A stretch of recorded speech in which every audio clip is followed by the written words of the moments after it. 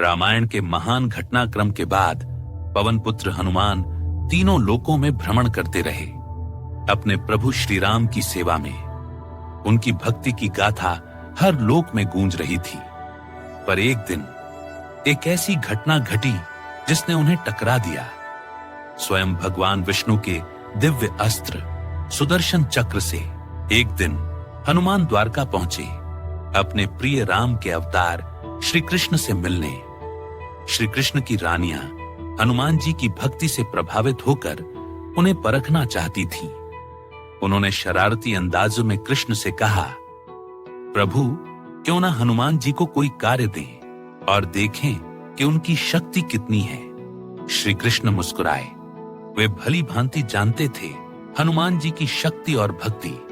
उन्होंने गरुड़ को बुलाया और कहा, जाकर हनुमान को संदेश दो, पर ऐसे कि उनका मन परखा जाए। गरुड़ हनुमान जी को ध्यान में लीन पाते हैं। वे कहते हैं, महाबली वानर, तुम्हारे राम तो इस लोक से जा चुके हैं, अब श्री कृष्ण के चरणों में झुको। हनुमान जी की आंखों में भक्ति की ज्वाला जल उठी।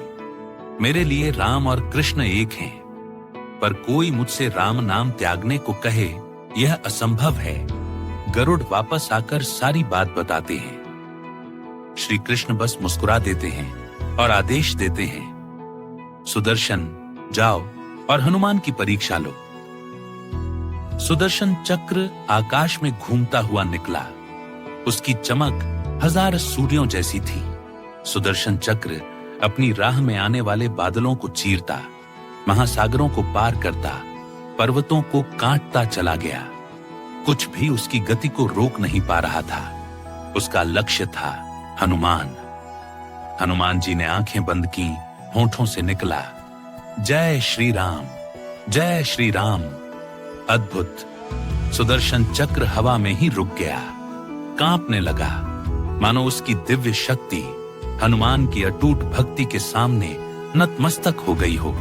श्री कृष्ण प्रकट हुए और बोले, हनुमान, तुमने सिद्ध कर दिया कि शुद्ध भक्ति किसी भी अस्त्र से महान है, यहां तक कि मेरे सुदर्शन से भी। हनुमान ने विनम्र होकर कहा, प्रभु, मेरी सारी शक्ति आपके नाम से है। चाहे आप राम हो या कृष्ण, आप ही मेरे स्वामी हैं। इस प्रकार यह परीक्षा समाप्त हुई।